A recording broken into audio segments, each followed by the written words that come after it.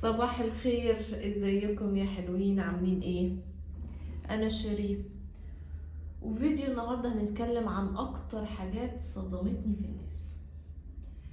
طبعا انا عايزه اقول لكم ان انا دايما عندي المبدأ بتاع ان انا ما عنديش توقعات عن الناس، وانا بتقبل الناس بحقيقتهم، يعني ولا بحاول اعدلهم ولا بحطهم في خانة مش بتاعتهم، ولا انا بعتمد على الناس اصلا.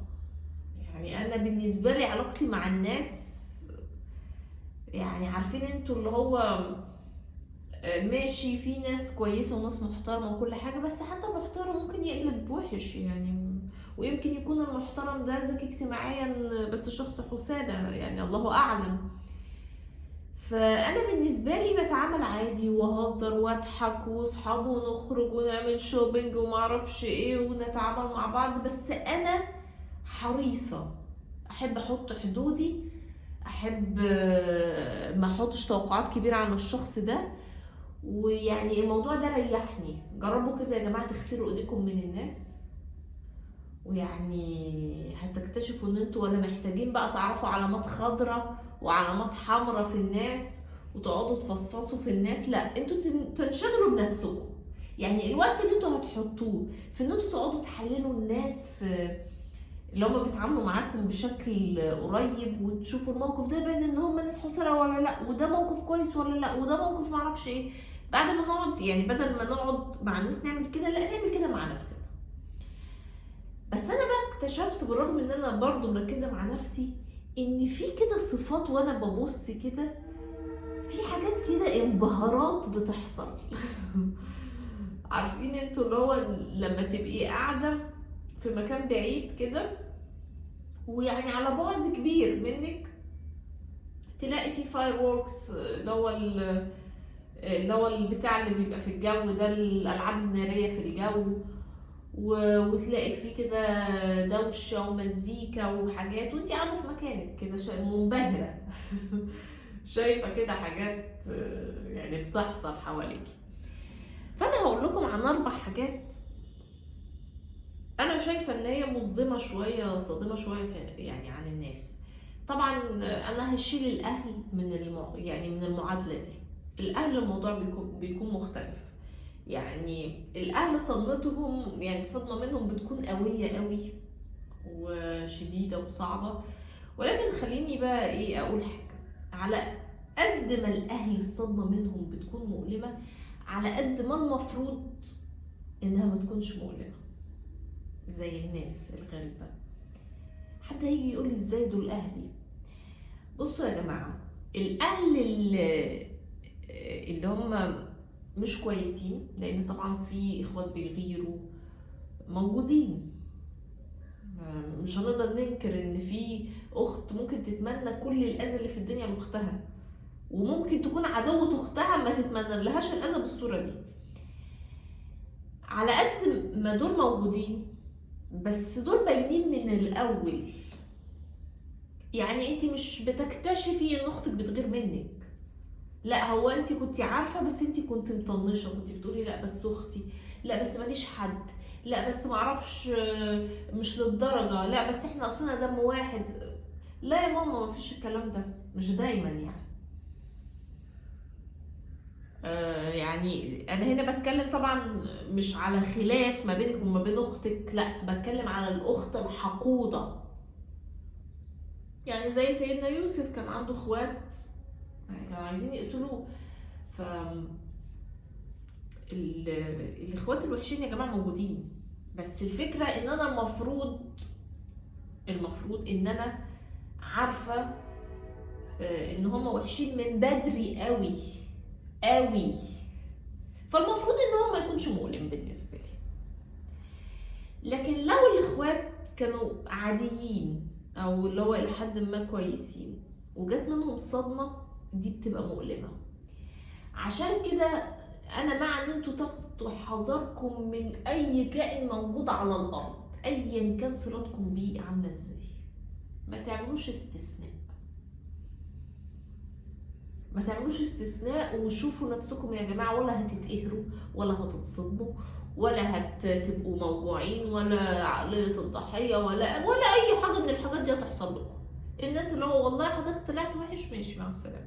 حضرتك كويس، أهلا وسهلا، ألف مبروك. بس يعني ألف مبروك وكل حاجة، بس أنا مش هحط لك مربع كبير وخانة كبيرة وأحطك في حتة مقدسة. لا، أنت برضو في الأول وفي الآخر إنسان. فانا مش عايزاكم تتصدموا، يعني تركزوا قوي مع الناس وتحطوا لهم توقعات كبيره، عشان في الاخر بقى ما تتصدموش وتقعدوا بقى ايه لما تكبروا تجيبوا قطط وكلاب وتيجي تقولوا هم دول الاوفياء لكن البشر وحشين. لا، لا، معلش، معادله غير منطقيه، لان الكلب مش عايز منك المصلحه اللي عايزها الانسان. يعني وبعد كده الناس حتى اللي بيربوا كلاب عارفين ان الكلب هيجي، يعني في تربيتك ليه في الاول بيحاول ان هو يتمرد، ان هو عايز هو يبقى الالف عليكي. يعني اللي هو فكرة ان انا ابقى متخيلة ان حتى الحيوان هيبقى يعني مسالم جدا، ولا هو برضه ليه طريقة في التعامل، بس هو على حسب احتياجاته.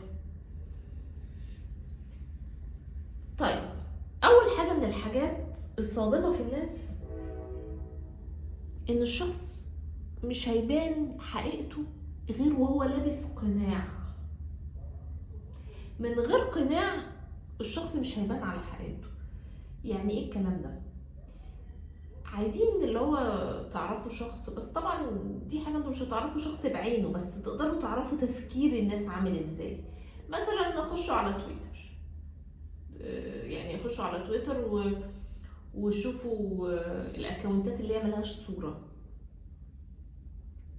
يعني وبصوا كده هتلاقوا التعليقات، او الشخص اللي بيتكلم لو كان ولد او بنت، شتايم، تنمر، انتوا يا ولاد تيت، انتوا يا شوية كذا، البنات القذرة، الرجالة الناطحة، معرفش ايه الايه، وناس تنمر بقى واشباح واللي جواه حاجة قبيحة عايز يطلعها، واللي جواه حاجة معرفش ايه، كله بقى الماسك، احنا لابسينه، القناع لابسينه محدش يعرفنا.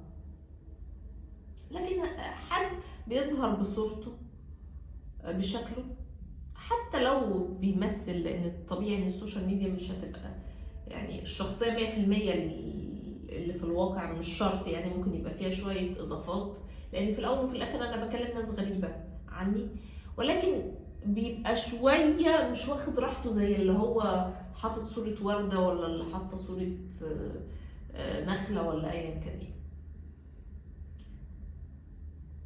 فالناس بتبان لما بتبقى لابسة قناع. فلما نشوف ان اغلبية الناس حاطين اكونتات فيك، اللي مش حاطط صورته، وتلاقيه تعليقات عند الناس، عند ممثلة ولا مطربة ولا ايا كان، بنت ولا في جهنم، رايحين فين انتوا، ما عندكمش اخلاق، انتوا كذا انتوا كذا انتوا كذا، او واحد عامل محتوى طالع لابس ماسك وقاعد يشتم في الناس، ودي ست مش كويسة، ودي ما هيرفعوا عليه قواضي، هيبهدلوه. فاللي هو على ايه؟ اطلع البس الماسك واقول اللي انا عايزه، اطلع بقى الحقيقة بتاعتي. طبعا هي مش دي الطريقة الوحيدة اللي انتوا يعني او هيبان حياة الناس، بس هنا ده حاجة من الحاجات. في حاجة تانية ان الشخص يكون يعني مثلا في فروقات مادية كبيرة، وانت عايش مثلا يعني خلينا اقول مثلا، بلاش المثال ده، بس خلينا اقول حاجة تانية، ان مثلا من الحاجات اللي بتبين حياة الناس لو انت اتعاملت مع حد اغنى منك، او انت اتعاملتي مع حد اعلى منك ماديا، في الاغلب الشخص ده بيبين حياته، لان هو ولا مستني، عنده فرص اكتر، عنده امكانية ان هو يتقابل ناس اكتر، مش محتاج بقى ان هو يبقى مزيف زي الشخص اللي ممكن يكون ماديا اقل.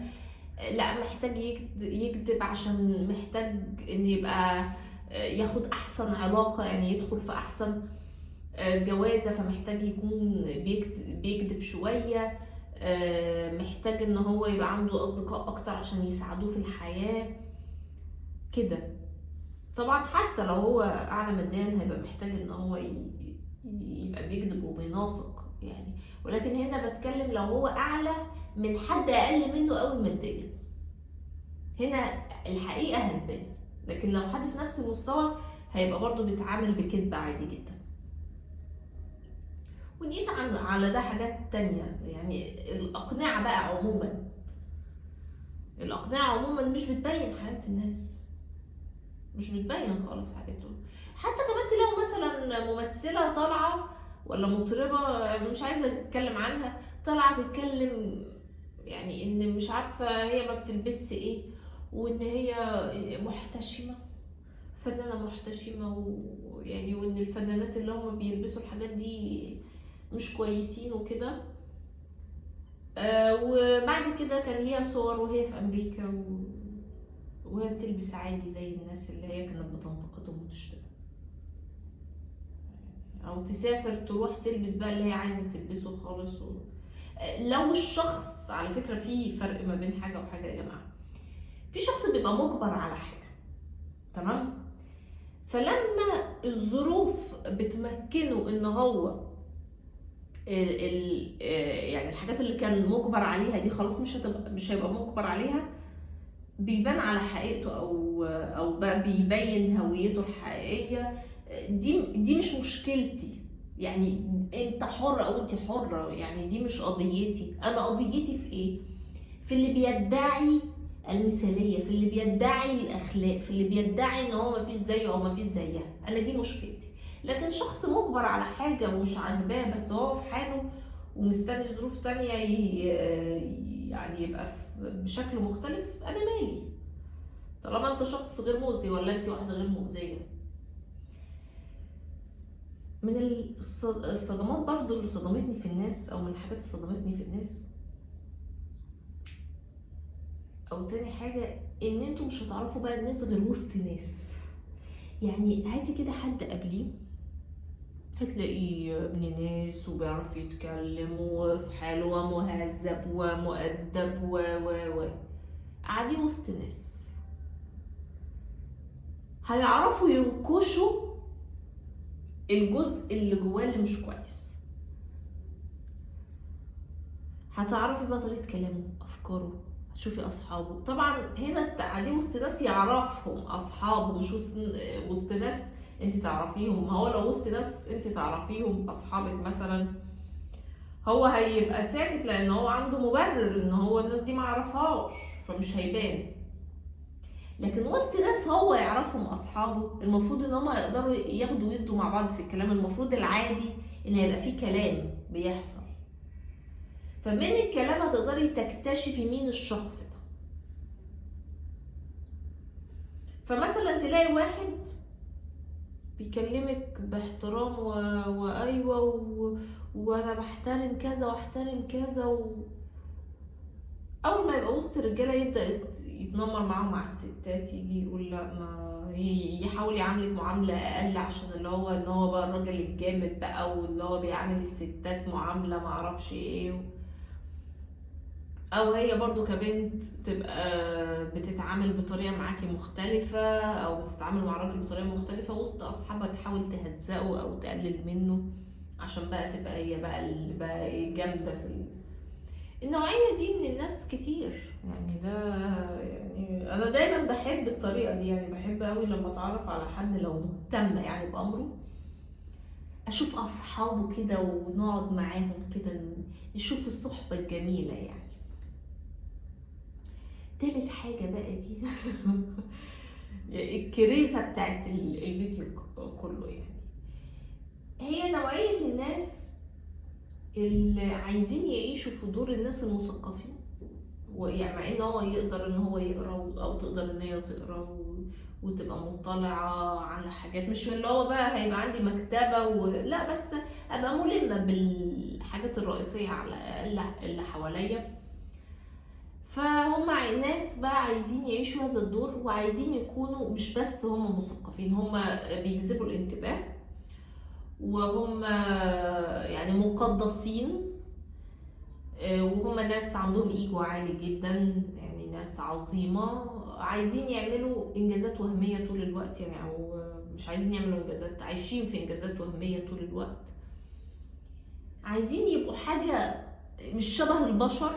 هم مش ناس عادية بيسمعوا مزيكا عادية او بيشوفوا افلام عادية، ولا عايشين كده عادي بيتنفسوا زينا، لا هم ناس مميزين، بيحبوا دايما طبعا إثارة الانتباه. هو كل ده مش عشانهم، هم مميزين عشان الناس تشوف ان هم مميزين، لكن مش هم. يعني هو ما يسمعش المزيكا الغريبة دي في السر، او مش في السر قصدي، ما بينه وما بين نفسه كده ويسكت وعادي، يعني لا، هو لازم يبين ولازم يشتم ويسب اللي بيشوف مزيكا تانية. يا شوية البهايم اللي بيسمعوا مش عارفة ايه دول. ده بقى ايه؟ ده من نوعية الناس الجلادين على حاجات يعني تافهة، ناس طاقتهم مستنزفة لأبعد حد. بصوا يا جماعة، الشخص الطبيعي عنده الحاجات اللي هو بيحبها، الأفلام، المسلسلات، الفن، الأفكار، كل الحاجات اللي جواه أشبه كده، يعني شايفين القلمين دول؟ هو كده بالنسبة له كده الحاجات محطوطة في عقله زي ما تكون كده ايه، قلمين كده، اللي هو ممكن يعدل في دي شوية، يحط ده هنا شوية، يحرك دي كده شوية، ممكن يشيل المبدأ ده أو يغير الفكرة دي، ممكن يرجعها تاني بس بطريقة مختلفة. ما عندوش مشكلة إن الناس تنتقد الحاجة اللي هو بيعملها، اللي هي أيا كان، فكرة، عمل، شغل، أيا كان إيه، فيلم هو بيحبه. هاتي بقى الشخص الفلحوطي ده اللي هو مفيش لا قبله ولا بعده، وشوفيه ازاي بيتعامل مع الحاجات دي. الشخص ده بيتعامل مع الحاجات دي كده، ماسكها كده، مش حاططها كده، لا ماسكها كده. بالنسبة له هو وأفكاره وأفلامه ومسلسلاته وكل الحاجات دي هو، يعني الأفكار دي هي جزء منه، مش جزء منه، هو نفسه، هو بيحمل هذه الحاجات وهو مسؤول عنها. فيعني تعالي كده مثلا وقولي على فيلمه المفضل ان هو فيلم ممل بس، انت ولا شتمتيه ولا شتمتي، لا هو انت بس مجرد يشتمك ويشتم اهلك واجدادك وكل الناس اللي هي المقابر اللي انتوا شاريينها لدفن العائله، كل اللي فيها شتموا بسبب ان انت قلتي على فيلم المفضل ممل. هذا الشخص ماشي في دور ان هو دايما بيتحارب، وهو عنده افكار عظيمه محدش فاهمها ومحدش مقتنع بيها، اللي هي افكار المخرج او الكاتب او الموسيقار او المطرب اللي هو بيسمع له، لان هو شايف نفسه ولا حاجه. فهو نفسه هو نفس المخرج، هو نفسه هو الممثل، هو نفسه نفس الكتاب. ده ملك الشخصنة. ده شخص قليل الذوق وقليل الأدب وجاهل وغير مثقف وحياته ضايعة، ولحد طبعا ده بيجيله صدمة ورا صدمة ورا صدمة لحد ما بيفوق، بعد ما بيبقى يعني انتهى فعلا، لأن ده بيعيش حياته طول الوقت في حروب. انتوا بتتكلموا يا جماعة في شخص بيشتم ويسب الناس اللي بتنتقد فيلم، فتخيلوا ده حياته عاملة ازاي. الشخص ده بقى طبعا لا يقبل النقد، شخص غلاط، عبيط او عبيطة، موجودين بقى في السوشيال ميديا بكثرة. ودايما هتلاقوا ان الشخص ده ما يفهمش حاجة. يعني مثلا تلاقي مثلا حد بيتابع عمال يعني واخد كده شكل ان هو مثقف وفاهم وكل حاجة، وهو عمره في حياته ما قرا كتاب. ولو قرا كتاب قرا 5 صفحات وبعد كده مل وزهق. وتلاقيه مثلا لو حد مثلا انتقد اعمال، زي مثلا حد انتقد اعمال او قال ان هو ما بيحبش افلام يوسف شاهين مثلا، يقعد يشتمه: انت مين اصلك، حمار اصلك. هو بيقلد الكلام اللي هو بيسمعه. تيجي تقول للشخص ده مثلا طيب هو الفيلم بتاع عودة الابن الضال بتاع يوسف شاهين كان يقصد بيه مين مثلا؟ هتلاقيه مش فاهم، مش عارف، او يقول حاجات يعني غريبة. طب ده كذا الكتاب اللي انت بتقوله ده، يعني اللي عاجبك ده، انت تعرف ان الكاتب مثلا كان كذا، او يعني كتبه بسبب ظروف كذا، او سرقوا من الادب الاسباني ولا ايا كان ايه؟ لا، الحاجات دي كلها ما يفهمهاش، ما يعرفهاش.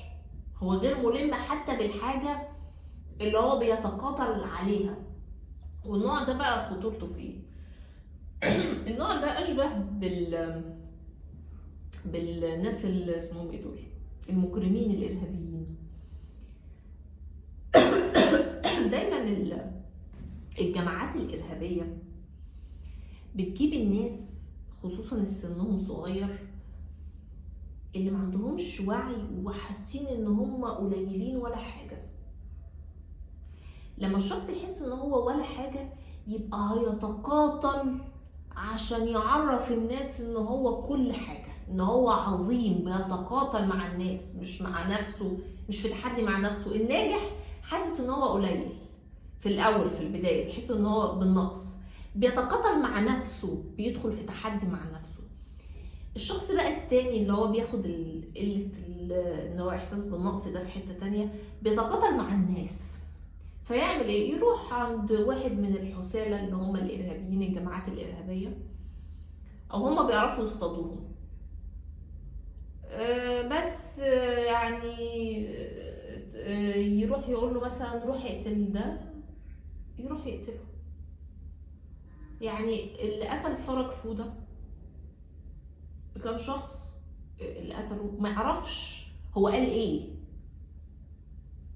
عشان يقتله، ما يعرفش كتب بتتكلم عن ايه. هو في واحد قال له ان ده كافر فراح يقتله. فعدم المعرفة مع الإحساس بإن أنا شايف نفسي قليل، وطبعا ده بيبقى فيه جزء كمان إن عنده ميول ناحية القتل أو الجريمة، بس أنا بتكلم عن الجزئين دول. عدم المعرفة وعدم الثقافة مع الإحساس إن أنا قليل ممكن تطلع شخص إرهابي. ممكن الوعي يا جماعة بيجي والثقافة بتخلينا ناخد خطوة لورا، اللي هو ايه، انا مؤمنة بالفكرة دي وبالجزء ده، بس لو حد شتم الافكار بتاعتي او كده، ماشي، ما اشتم، ما طز، بس انا مقتنعة بالفكرة دي، بالشيء ده. الارهابي لا، او الشخص اللي هو الحسالة اللي عامل نفسه فطوطة ده، لا، ما عندوش هذا المبدأ. هو والشيء شيء واحد، هو عايز يحس ان هو يعني كل حاجة، عايز يحس ان هو شيء شخص مش قليل. فايا كان الثمن ايه، يقتل يقتل، يشتم الناس يشتمهم، يسب الناس بألفاظ قذرة، مفيش مشكلة.